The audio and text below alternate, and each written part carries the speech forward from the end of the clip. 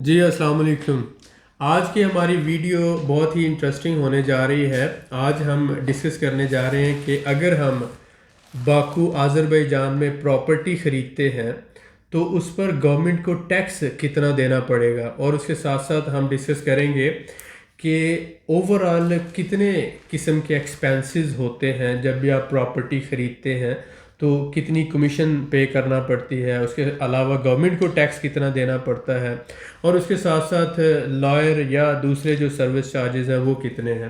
ساتھ ہی ساتھ ہم آپ کے یہ ڈسکس کریں گے کہ اگر آپ کوئی ورکر ہائر کر لیتے ہیں آذربائیجان میں تو اس کی سوشل سیکیورٹی کتنی ہوگی، اور اس کے ساتھ اگر آپ اپنی بلڈنگ یا گھر یا دکان یا کوئی کمرشل پراپرٹی کرائے پہ دیتے ہیں تو اس کا کتنے پرسنٹ جو ہے گورنمنٹ چارج کرتی ہے. آپ سے چارج نہیں کرتی، بلکہ جس کمپنی کو یا جس شخص کو آپ نے وہ آفس یا دکان کرائے پہ دی ہوتی ہے، یعنی کمرشل پراپرٹی کے لیے، اس کا کتنے پرسنٹ چارج کیا جاتا ہے.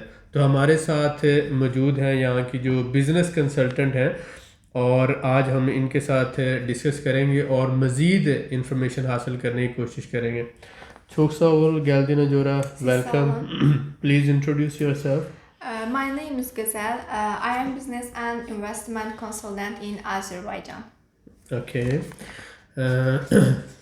Mənim sizdən birinci bir sual olacaq ki, Azərbaycanda imlak alında nə qədər vergi vermək lazımdır?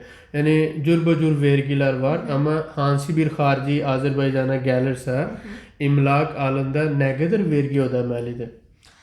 Belə deyim, əvvəlcə deməli iki cürə əmlaklar var. Yəni şəxsi əmlaklar var, bir də firma əmlakları var. Yəni əgər xaricdən gələn bir şəxs burada şəxsi bir əmlak alırsa, bu zaman bunun vergisi yəni 10 qəpikdən 40 qəpiyə qədərdir. Ümumi olaraq belə deyim ki, məsəl üçün bir tutam evin kvadratını götürürsə, yəni bu 100 kvadrat ola bilər və yaxud da ki 70-80 kvadrat ola bilər. Yəni 100 kvadrat metrə 10 manatdan, yəni 40 manata qədər pul belə düşür. Yox, əgər bir firma, yəni əmlakıdırsa bu zaman bu 1% vergi ödənilir. Urdu سے میں آپ کے لیے اس کو translation کر دیتا ہوں. اب آپ کو اندازہ ہو گیا ہوگا کہ جب کوئی بھی بندہ آتا ہے آذربائیجان میں تو اسے لینگویج کا کتنا بڑا بیریئر ہوتا ہے. تو اس بات کو میں آپ کو سمجھانا چاہتا تھا. اوور آل انہوں نے بتایا کہ دو قسم کی پراپرٹی ہوتی ہے، دو قسم کی. ایک قسم وہ جو کمپنی یہاں پہ خریدتی ہے پراپرٹی، اور دوسری قسم ہے جو آپ پرسنل اپنی ریزیڈنس کے لیے خرید رہے ہیں. اگر آپ اپنی رہائش کے لیے خرید رہے ہیں، پرسنل پراپرٹی اپنے نام پہ خرید رہے ہیں، تو اس پہ جو یہاں کے پیسے ہیں ان کو کیپی کہا جاتا ہے. جیسے پاکستان میں روپی ہے اور اس کے بعد پیسے ہوتے ہیں، تو یہاں پہ جو پیسے ہیں وہ 10 پیسے سے لے کر 40 پیسے تک ایک اسکوائر میٹر کے اوپر جو ہے وہ ٹیکس ہوگا. اب یہ ٹیکس سال میں ایک دفعہ آپ کو پے کرنا ہوتا ہے، اور یہ اگر فرض کر لیں 2 کمروں والا گھر ہے تو وہ 65 یعنی 65 اسکوائر میٹر کا ہوگا. تو آپ فرض کر لیں 100 اسکوائر میٹر آپ نے لے لیا، تو اس کا 10 منات سے لے کر 40 منات تک میکسیمم جو ہے اس کا آپ کو گورنمنٹ کو ٹیکس دینا پڑے گا. بہت سے بھائی پوچھ رہے تھے کہ پراپرٹی پہ ٹیکس کتنا ہوگا. تو 40 منات اگر آپ ڈالرز میں کریں تو $25 بنتے ہیں. $25 اینول فرض کر لیں، $20 سے $25 اینول آپ کو ٹیکس دینا ہوگا.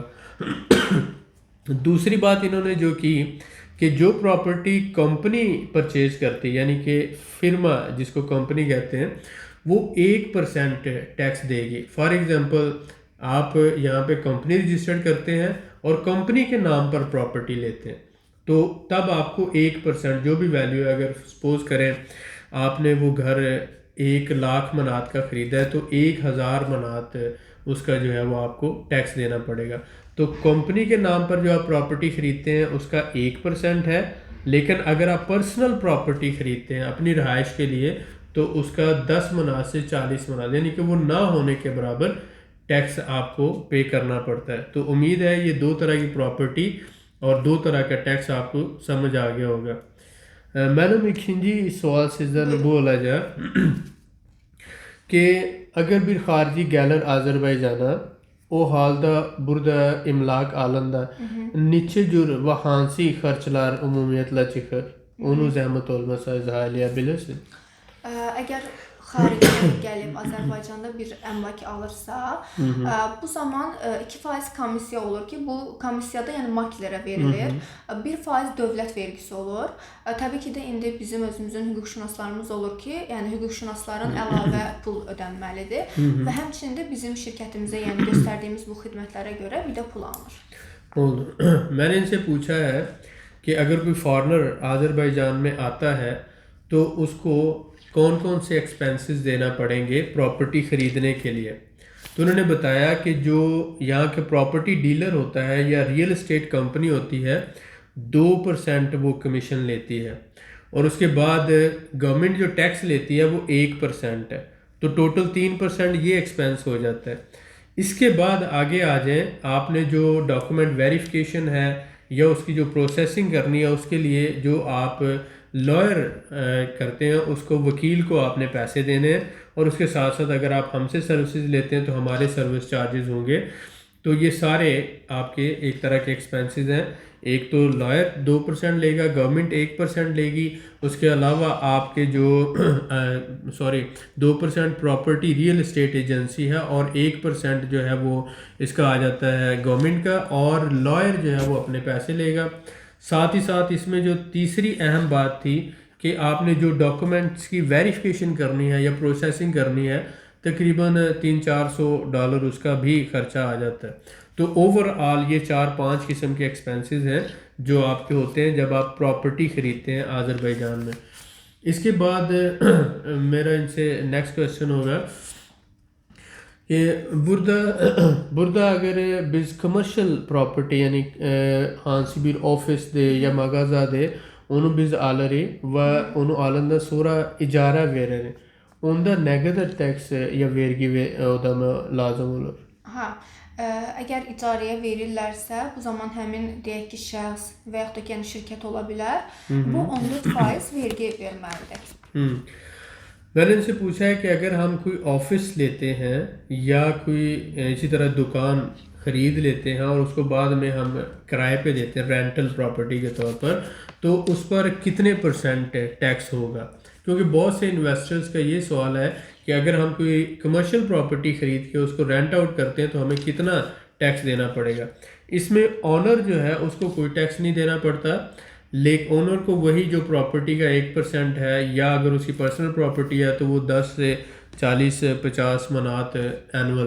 لیکن جو بندہ اس کو کرائے پہ لے رہا ہے, یا کمپنی لے رہی ہے یا بندہ لے رہا ہے, وہ اس کا 14% جو رینٹ اماؤنٹ ہے اس کا 14% ہے, یعنی 14% 14% وہ اس ka گورنمنٹ کو بھی ٹیکس پے کرے گا.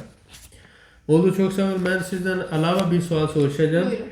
Ki agar bir işçi işe götürürüz biz, o halde o işçi için social security ya social ne kadar ödemeli? Bir işçi üçün, yəni sosial belə deyək, əlavə təbii ki də bu maaşdan əlavə olaraq ödənməlidir. Yəni bir ayda bir işçiyə 40 manat pul ödənməlidir. میں نے ان سے پوچھا کہ اگر ہم کوئی worker higher کرتے ہیں تو اس کی گورنمنٹ کو جو سوشل سیکیورٹی ہوتی ہے کتنی پے کرنا پڑے گی. تو انہوں نے بتایا کہ جو بھی آپ کی سیلری ڈیسائیڈ ہوتی ہے, سپوز کریں 200 300 400 جتنی بھی ہے, اس کے علاوہ 40 منات تقریباً ہر مہینے وہ لازمی آپ نے سوشل سیکیورٹی پے کرنا ہوتی ہے ایک ورکر کی. اگر آپ 2 3 4 جتنے بھی ورکر ہائر کریں گے تو ہر ورکر کی 40 منات کے حساب سے سوشل سیکیورٹی آپ کو پے کرنا ہوگی. علاوہ bir sual sizden soruşmak istedim ki agar burada Azerbaycan'da xarici gəlirsə, imlak alma fikrindəsə, o halda onu hansı sənədlər lazım olur? Yəni burada imlak almaq üçün. Əmlak almaqdan ötürü deməli əvvəlcə biznes viza olmalıdır ki, mütləq olmalıdır. Sonra pasport olmalıdır və əlbəttə ki bank hesabında da pul olmalıdır. Oldu. Yəni 3 dənə yəni mütləq şey. 3 dənə əsas yəni şərt bunlardır. oldu. میں نے ان سے پوچھا کہ اگر کوئی foreigner آتا ہے اور آ کے آذربائیجان میں پراپرٹی خریدنا چاہتا ہے تو ڈاکومنٹس کون سے ریکوائرڈ ہوں گے؟ اگر تو وہ فارنر خود اویلیبل ہے تو ایسی صورت میں 3 قسم کی جو ہے ان کی ریکوائرمنٹس ہیں. ایک تو آپ کا ویلڈ پاسپورٹ ہونا چاہیے, دوسرا آپ کے پاس بزنس ویزا ہونا چاہیے, ای ویزا بھی ہو سکتا ہے, بزنس 1 مہینے والا.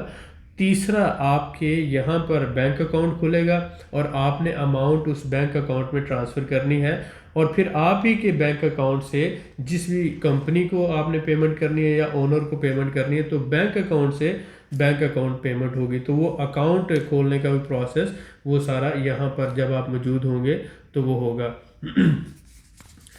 علاوہ سیزم بیش ہے کہ اگر یعنی بردہ خارجی گیلرسا o halda yani ki bütün hizmetler size rahat bir şekilde gösterebilirsiniz. Bəli, bizim yəni şirkətimiz əlavə yəni necə lazımdırsa, yəni təbii ki nə xidmətlər lazımdırsa, bəli hər birini yəni edə bilir.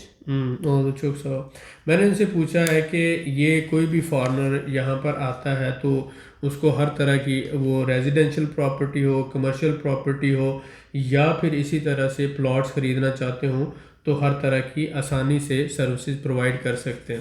Overall یہ ہمارے ساتھ مل کر ایک team کی شکل میں کام کر رہے ہیں. آپ لوگوں کے سامنے انٹرویو کرنے کا مقصد یہ ہوتا ہے کہ یہ ساری چیزیں ہمیں تو پتہ ہے، لیکن آپ لوگ جب کومنٹس میں سوال کرتے ہیں تو پوچھتے ہیں کہ گورنمنٹ کو ٹیکس کتنا پے کرنا پڑے گا، اس کے ساتھ کمرشل پراپرٹی پہ ٹیکس کیا ہوگا، ریزیڈینشیل پراپرٹی پہ کیا ہوگا، ڈاکومنٹ سے کتنے ریکوائرڈ ہوں گے اور کس طرح سے یہ سارا پروسیس ہوگا.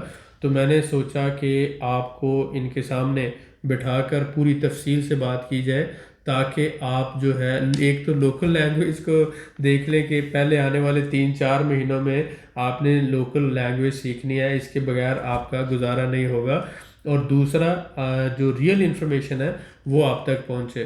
تو اس میں یہ ہے کہ اگر آپ ہم سے سروسز لینا چاہتے ہیں تو آپ ہمارے ساتھ رجسٹرڈ ہوں گے.